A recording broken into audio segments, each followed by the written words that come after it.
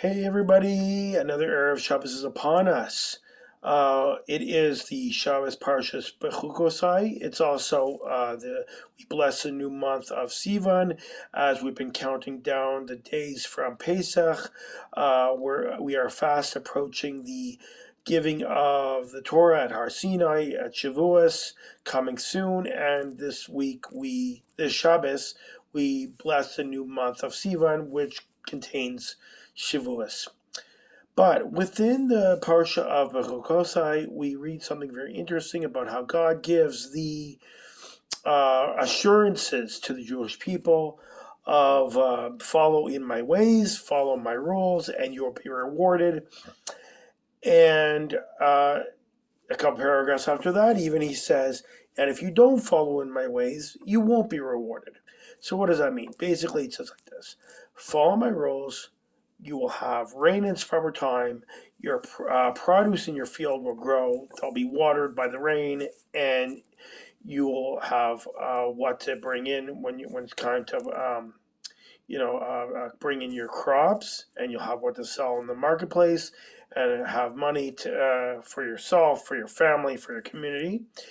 And in the second paragraph, where he says, if you don't follow my rules, then you're not going to be rewarded, and bad things will happen to you. And uh,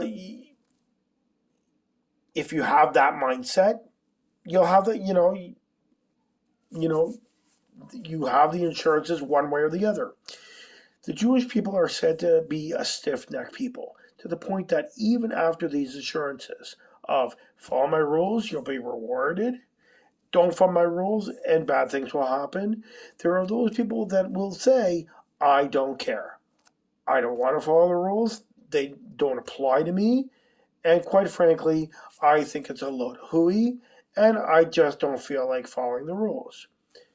And to the point that, okay, God says, listen, you have free will. I told you what's going to happen if you follow the rules. I told you what's going to happen if you don't follow the rules. You have free will. I'm not going to stand in your way. You can do what you want and see where that leads you.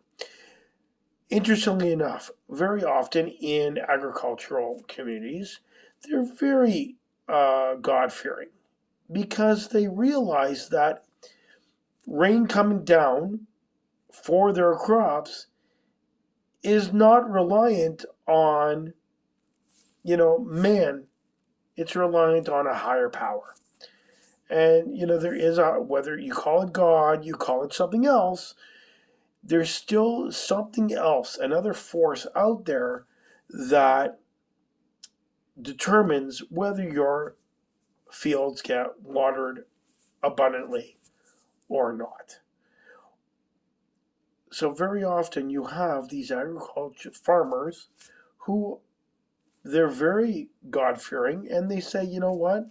I believe in God. I believe that there is a higher power who has the capability to allow me to have good yields on my crops, and that's what I want. This is what I want. So I believe that there is a God who says, if I follow his ways, I will be rewarded.